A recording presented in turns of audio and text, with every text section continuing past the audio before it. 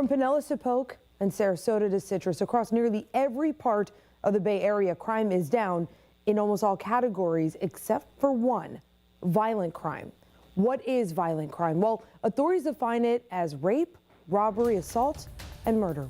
Tonight, Crime Tracker 10 is back with Bo Zimmer breaking it down. Yeah, we've been looking at the data over the past 5 years, digging into what's up with the upsurge in violence and what local police and criminologists say can be done to reduce the number of lives lost.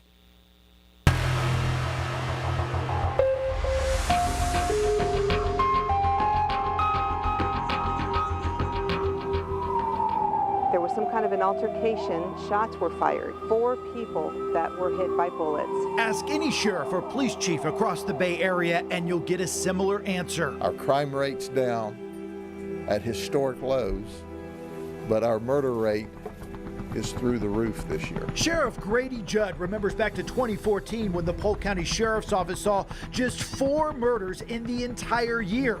Now in 2021, the county is already up to 34 homicides, 23 of those in just the last 4 months. I certainly wish people would quit killing people. St. Petersburg Police Chief Anthony Holloway shares the same concern. Here in St. Pete, all our crimes are down except for in the homicide category, and we're trying to figure that out. Both Holloway and Judd say what makes this spike unique: the killings, for the most part, aren't related to gang violence or drugs, but most often violent disagreements, many at home. People are mad at each other, don't like each other, want to see each other dead. The majority of them are arguments. St. Pete is up to 30 murders for 2021. That's double what the city saw last year, and we have 2 months left. Of those 30, 29 of them are gun related.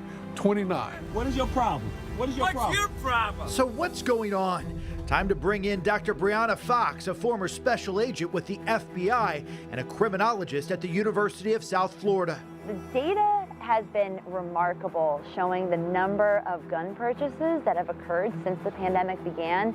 Every few months, they actually surpass the new record that was set a few months earlier. Analysts from across the country are studying the alarming trend in murders, which quickly began creeping up at the beginning of the pandemic. Local data does play out that violent crime and gun violence has increased, not even a little, but substantially. In fact, here in the Bay Area, she says their statistics show gun violence is up 30% over the past 5 years. The data correlates with record gun sales across Florida. She says that's likely triggered by fear and anger surrounding the protests and looting of 2020, followed by the political division and violence at the U.S. Capitol. This is something that's happening in unison.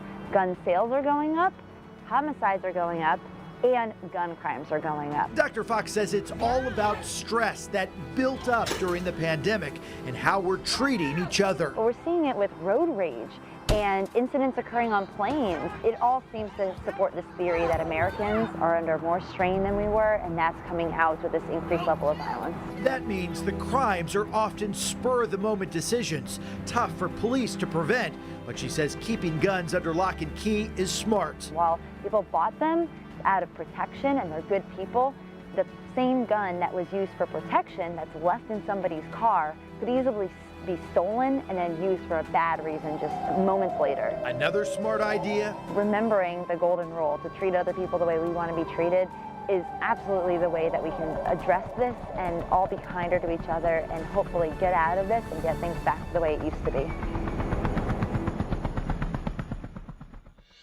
Since our interview with St. Pete Police, one of their murder cases has been reclassified, so the new official total is now 29 in St. Pete. Now, over on the Tampa side, we've seen 40 murders this year. Our Crime Tracker 10 hot zone shows a majority concentrated from a north-south area, from Bush Boulevard to the north down to the Selman Expressway, and from 40th between 275. So kind of our area where we've seen the most homicides over in Tampa. Law enforcement agencies across the country actually report all of their crime statistics to the FBI each year. Those numbers are compiled and then released the next fall. Now, the Florida Department of Law Enforcement also tracks crime statistics, and those are available county by county for all categories, including homicide. Their latest numbers only run through 2020, but show 1,285 murders last year, the highest spike since 1991, a near 15% jump.